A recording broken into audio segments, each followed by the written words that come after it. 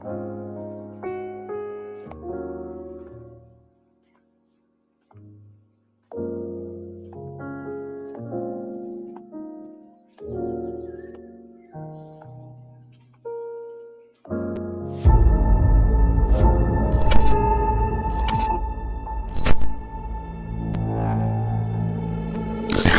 juga menghadapi cabaran yang agak getir.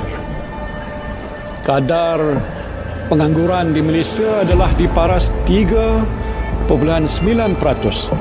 So, isu yang tak settle-settle di Malaysia lagi adalah pengangguran. Pengangguran meningkat kepada 5.0% pada bulan April 2020. Mustahil ke kalau kita nak lahirkan usahawan sebenar melalui pendidikan tinggi? Kalau kita tengok artikel tentang situasi di Malaysia, ada 200,000 graduan yang tak ada kerja. Disebabkan teknologi yang berubah, perubahan ekonomi, perubahan pemikiran generasi baru, education yang dulu tu mungkin tidak lagi bersesuaian. Dan mengikut anjuran Jabatan Perangkaan Malaysia pada 14 Mei 2020, kadar pengangguran dijangka akan meningkat.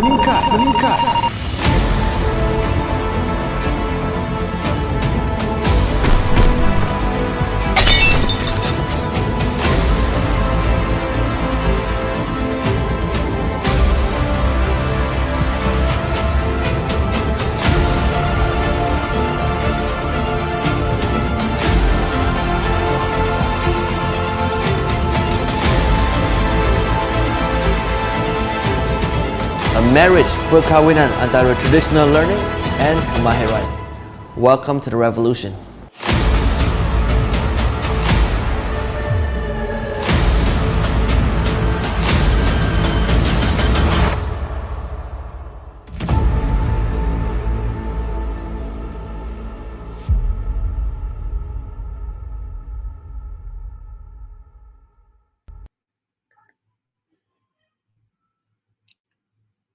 Good morning. Hey, morning Zati, Mizan, hey, and the rest of you guys.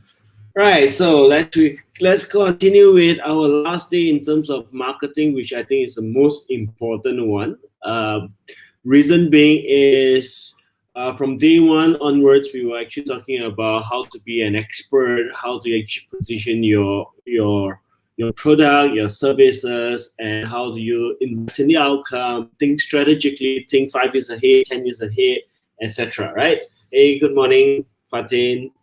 But today is the one that is the most important, because ultimately the rest of the concepts that I've shared with you for the past 4 days is basically, it's a concept, it's an idea, it's something for you to develop your product, which is great. I mean, please don't discount my talks earlier on.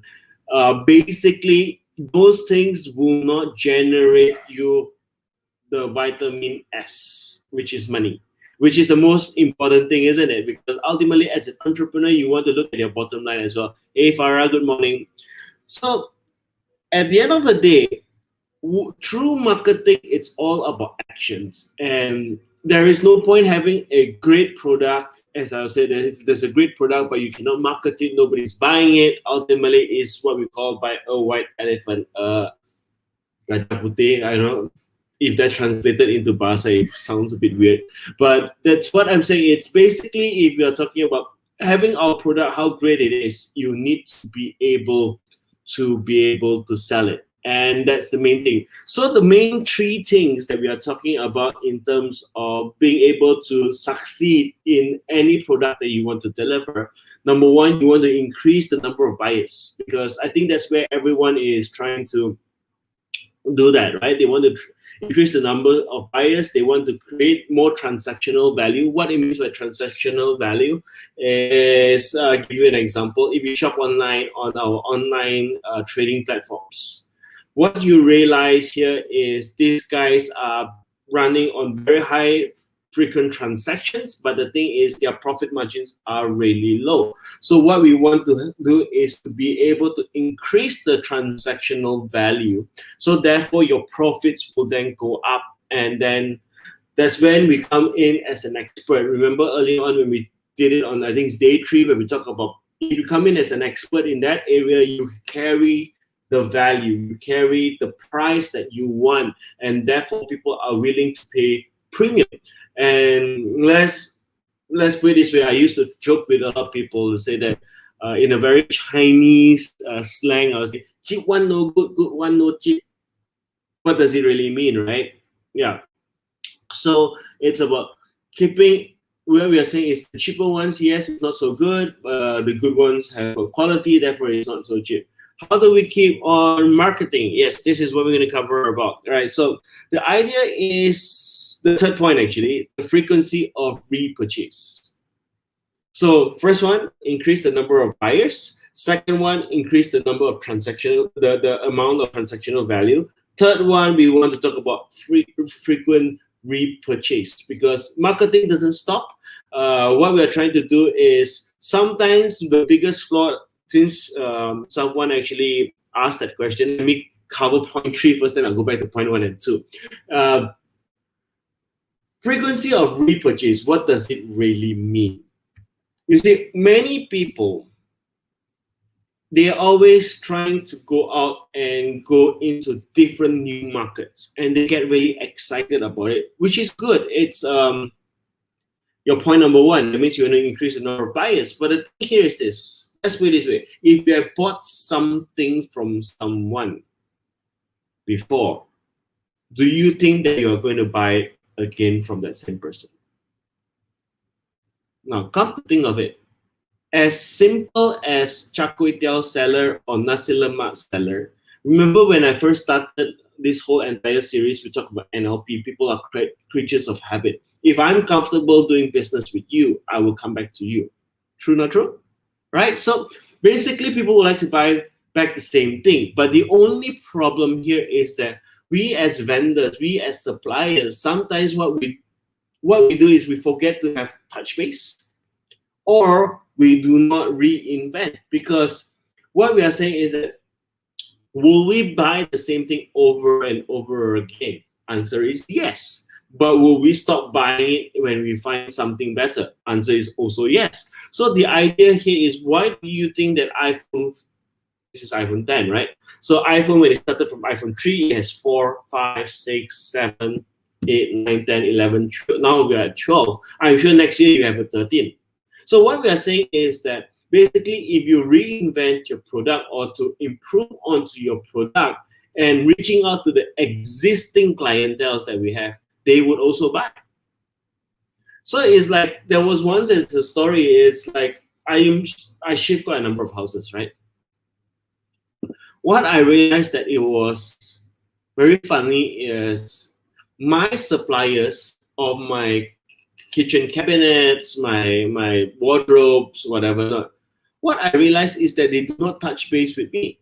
And that's the biggest problem, because when I first started off, I stayed in a very studio apartment with my wife.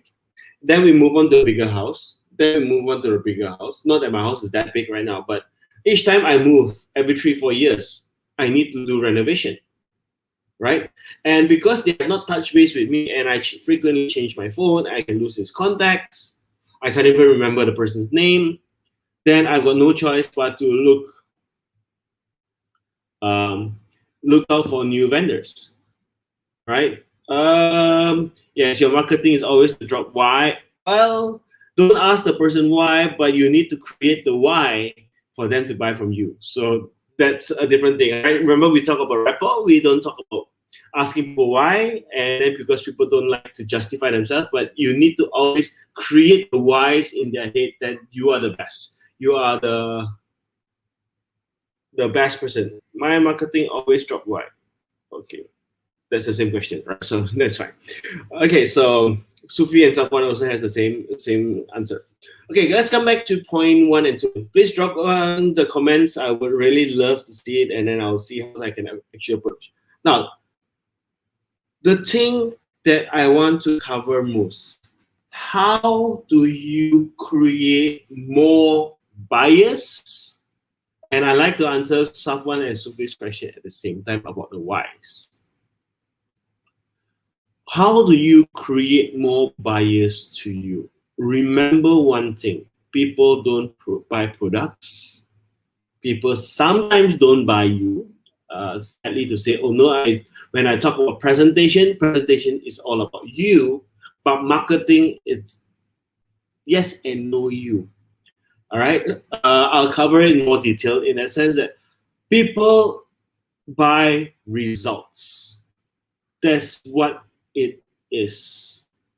People always want to pay money, pay ringgit for a result that you want. Give you a very simple example. Aesthetic clinics. Do you know how much money aesthetic clinics make? I do not know actually, but I guess a lot of money. I walk past, I look at their brochures.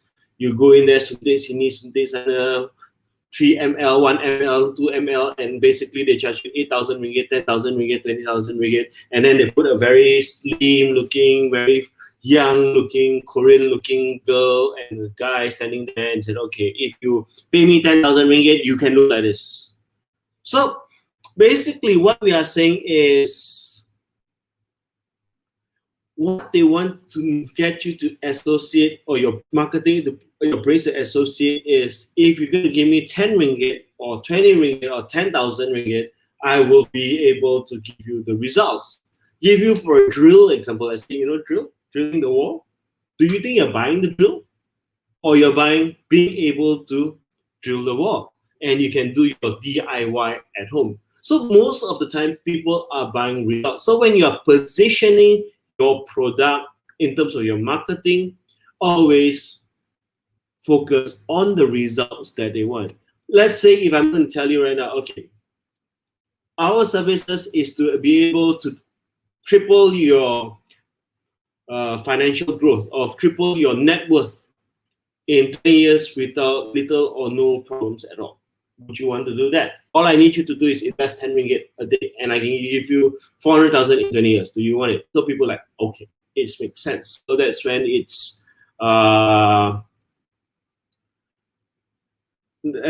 actually. Sorry, I got distracted by looking at Sufi's question. Nini, I asked for a request on behalf on staff one. Oh, okay. So you're just saying that you're repeating someone's question. Yes. So anyways, I think I have addressed that. Anyway, so basically remember this, we are always selling a result, not a product. So always focus on that. And basically what else is the second part is, how do you increase the frequency? All right, because ultimately, how do you actually create more transactional value, right, is the second. So this is where people always put in a package. Like, for example, if you notice, internet marketers do it a lot. Well, I'll give you, if you sign up with me today, basically, I'm going to give you this value. Okay, this is how much it's worth. These are, next thing, what I'm going to give you is extra bonus, extra bonus, extra bonus. All right, total 5,000 USD, but today then slash 250 USD only. Right. I mean, I've got nothing against that. That's a marketing strategy. That's creating value. Yes. But at the same time, what we do is that I believe is never ever follow mainstream. That means if you see everyone else is doing the same techniques, don't use it. Because why? See, I said why myself, right? Because if you're going to go in and you follow the same techniques before you reach that point, people say, just another internet gimmick. So we need to be more creative, okay? More creative in terms of bundling. For example, if I'm going to sell a bottle of water to you, right? A bottle of water, and you all need to drink water. But at the end of the day, let's say if I'm going to say, first thing I want to increase buyers, right? Our water basically is high in oxygen, high in good pH level. This is going to help you have better skin, better health, better rejuvenating. Or is that something that you want? Then people, okay, I wouldn't mind trying. How much is the water? 5 ringgit. Well, then after that, it's 5 ringgit is a bit expensive, is it not? So yes, remember, cheap one no good, good one no cheap. So, but however, today we have, you can't just drink one bottle of water and feel that and feel good about it, right? So you need to, maybe you need to have at least 3 bottles a day. So if you're going to have 3 bottles a day, right, then after that, after having 3 bottles, after a long run, you will be able to get more results. So for 3 bottles, instead of $5, we will say 3 for 10. Now, let's put it this way. It's even better if I may advise you to take 3 months. Let's take a 3 months course, and I'll charge it to you for 500 ringgit. Would you like to buy that? And remember earlier on, questioning techniques. Would you like to pay by credit card, or would you like to use QR code, or when do you want delivery? People will straight away think and buy. And basically, after that, please do not leave it there. Always have touch points. So what we are saying is increasing the buyers, transactional value, as well as the frequency. All right. Yeah. That's why we always have to learn marketing first. That's right. Because ultimately, people always tell me, Adrian, I want to create this product, create that product, and deliver. I said, great. What makes you want to create that product? Because I like the product. Okay, you like the product. That's my passion. I say, okay, but passion you cannot eat, right? Basically, you need to go down there and make sure people buy your passion. So it's always looking at problem statements, looking at how you're going to package it, only then develop the product. If not, I see a lot of people, why do they actually fail in their sales or their entrepreneurship journey? Is because they spend too much time developing a product, and they spend too much time having meetings about developing the product. But I think we should have more meetings and more ideas as to how we develop the business concept and the marketing concept to reach out to the market, and then only we develop the product. I mean, my origins is actually in training and development, and this is how I tell trainers, don't spend 10 months or 1 year. People tell me, I'm going to spend a few more months to create my PowerPoint deck. I say, no. It doesn't mean that you want to deliver this, people buy this, right? Let's go ask the clients, what do they want? Then only we develop backwards. All right, so that's all, because ultimately marketing, it's all about thinking of what the market wants. And remember, market only wants results. Market doesn't want your product. Your product is just a means to the results that they want. Okay, and then always remember how you can actually create more value, create more bundle. So it's like a win-win situation, because ultimately one of the ways of entrepreneurship is how to use OPM. What's OPM? Is other people's money. That means we don't need to always use our own money first, our own capital first. So we can borrow other people's capital by then buying a package from us. So we use other people's capital and pump it into our money, and then we give it back. So we have more cash flows. All right, and then because you are doing that as well, you get OPM, other people's money, we will then be able to get them to come back over and over again. That's why people always like to sell, they buy credits, and therefore they learn that way. Right, so with that, we end our week, and let's hope that you have a great weekend, rest well, selamat berbuka puasa, and till we meet again on Monday. All right, bye guys, have fun.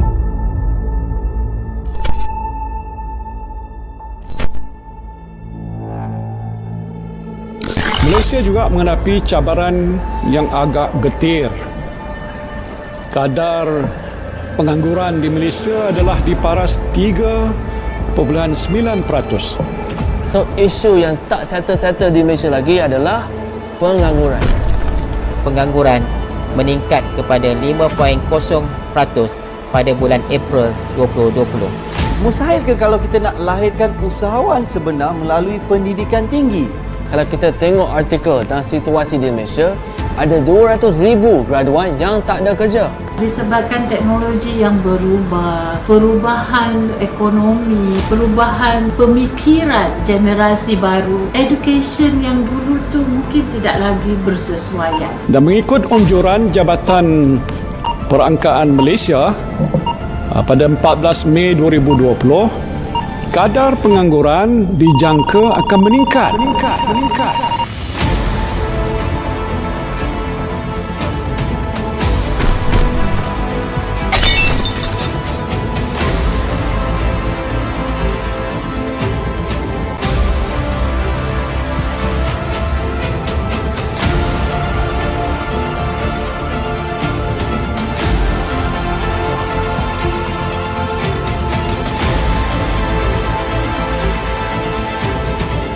Marriage perkahwinan antara traditional learning and kemahiran. Welcome to the revolution.